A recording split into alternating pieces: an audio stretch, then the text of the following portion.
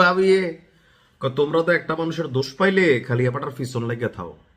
একটা স্ট্যাটাস দিছিল, জাতি একদিন বুঝবে যেদিন আমি আর ক্ষমতায় থাকবো না। তো কথা বলছে কার?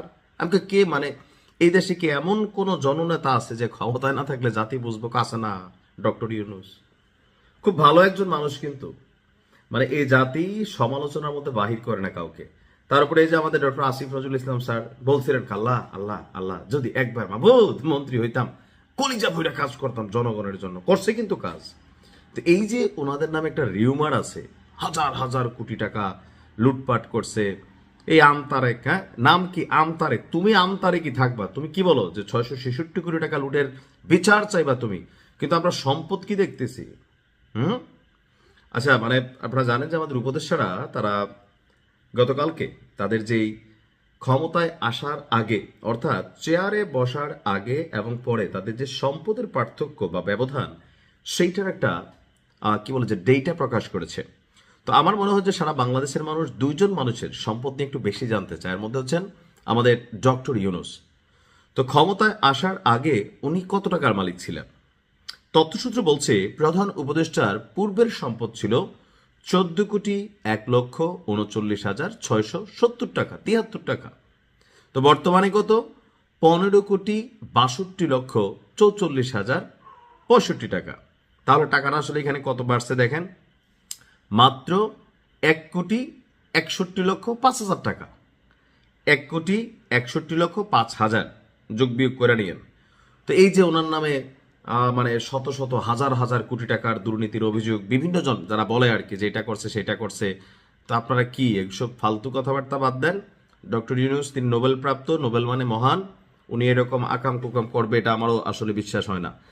হ্যাটার্সদের মুখে একরাশ ওয়াক থুইং। আচ্ছা, তো আইন উপদেষ্টা ডক্টর আসিফ নজরুল কলিজা দিয়ে কাজ করছেন মানুষের জন্য। তিনি বলছেন যে এত কাজ করছেন 53 বছরে এরকম কাজ হয় নাই। এখন ওনার বিরুদ্ধে সাংবাদিক ইলিয়াস থেকে শুরু করে অনেকেই যারা বৈশা আছেন যে ক্ষমতা থেকে খালি এই সেনাবাহিনী সরে যাক, পুলিশ সরে যাক, রাস্তায় দৌড়াইয়া দৌড়াইয়া বলে কি করবে? কত বড় চিন্তা করেন। আমরা নিমক হারাম জাতি।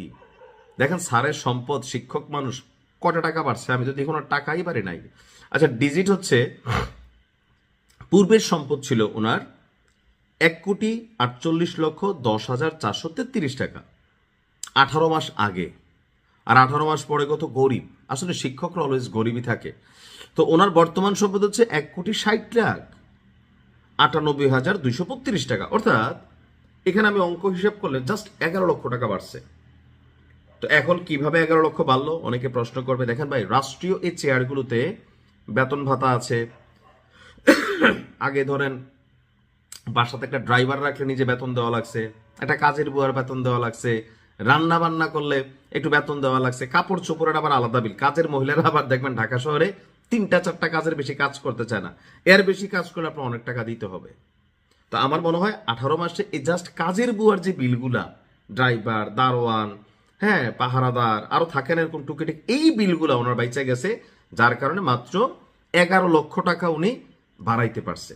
তাহলে এই যে আমরা শুনি যে আসিফ নজরুল স্যার নাকি হাজার হাজার কোটি টাকা দুর্নীতি করছে, ভাবা যায় সাংবাদিক ইলিয়াসের মতন একজন চরিত্র, হ্যাঁ তিনিও এসে এই যে বললেন শত শত 500,000 কোটি অস্ট্রেলিয়া, সিঙ্গাপুর, কানাডা, তার মানে সবই গুজব। মানুষের জন্য কাজ করছে, হৃদয় দিয়া কলিজা দিয়ে কাজ করছে। মনে রাখবে মানুষ, ইলিয়াস মনে করছে যে আমাদের আসিফ স্যার ক্ষমতা থেকে সরে গেলে ওনার রাস্তায় দৌড়াবে।